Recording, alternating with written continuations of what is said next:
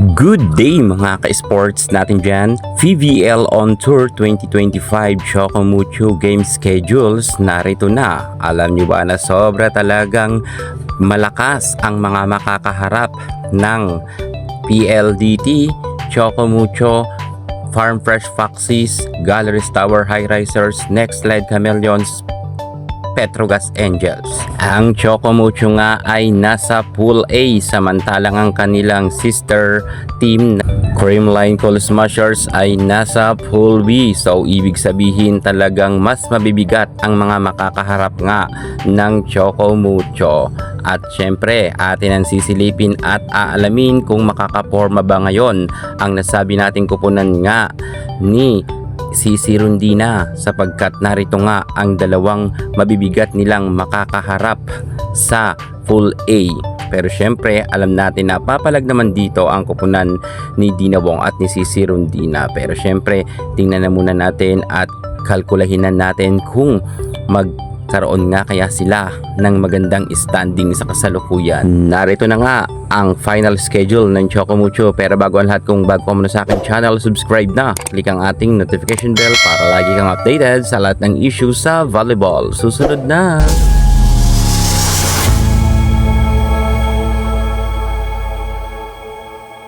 Choco Mucho, kung ikukumpara nga sa Creamline Coal Smashers, mas mabibigat ang mga makakaharap ngayon ng Choco.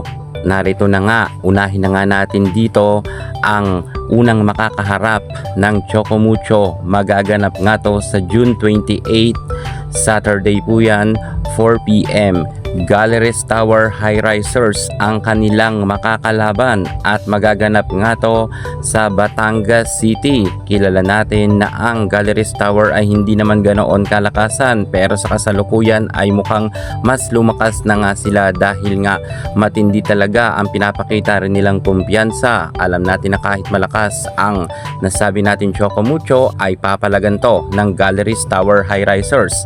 At pagkatapos naman makalaban nila ang Galleries Tower sa June 29 naman, Sunday naman to, 6:30 PM sa Batangas City pa rin ito magaganap. Ang kanilang makakaharap nga ay ang Next Led Chameleons, isa sa mga promising rin na rin ngayon na team sapagkat meron na rin sila mga bagong ni-recruit at mukhang malalakas naman at mahihirapan rin dito kahit papaano ang Choco Mucho. Lalot ang Next Led Chameleons ay meron na nga rin silang Laure na buhatera. At pagkatapos naman nila makalaban, ang kanilang susunod ay June 12, Saturday 4 PM naman to sa City of Iligan, Isabela. Farm Fresh Foxes naman, isa sa mga masasabi natin na medyo lumalakas na rin, lalot meron nga silang bagong setter na magaling na si Alohi Robin Hardy, na kung saan nga pa-special na gusto niya talaga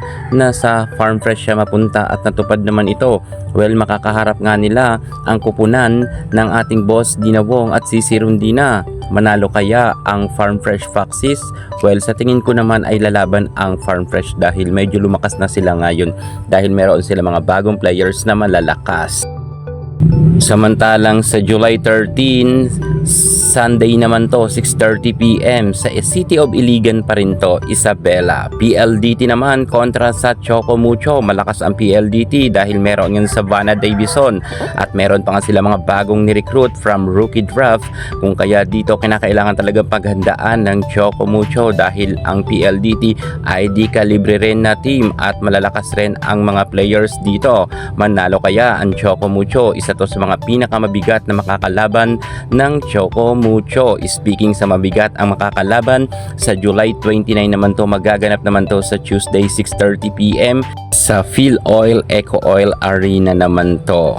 Nako, hindi naman natin maikakaila na sobrang lakas na ngayon ng Petrogas Angels. Pinataob nga nila ang nasabi nating defending champion noon na Creamline Coal Smashers at ngayon nasa Petrogas Angels na ang corona. Kayanin kaya ito ng kupunan ni Sisi Rondina dahil meron naman silang Brock Van Sickle at MJ Phillips at Myla Fablo at marami rin silang mga na-recruit na galing rin sa rookie draft. So ibig sabihin mas pinatatag at mas pinalakas nga ngayon ang PLDT. PLDT at ang Petrogas Angels. Yan dalawang yan na team ang talagang mahigpit na makakalaban nga ng Choco Mucho. Syempre, alam natin na papalagyan ng Choco Mucho kaya abangan na lang natin ang paglipad ng ating Sisi Rondina dahil patapos na rin naman ang beach volleyball. Sa tingin ko, kayang-kaya na to ng kupunan nga ni Boss D. So, para nga sa mga Obi fans, yan nga ang full schedule ng inyong hinahangaan Choco Mucho. Sa tingin nyo, magtagumpay kaya ang kupunan ni Boss D? Yan muna ang pinaka-latest natin sa mundo ng volleyball. Thank you so much. God bless.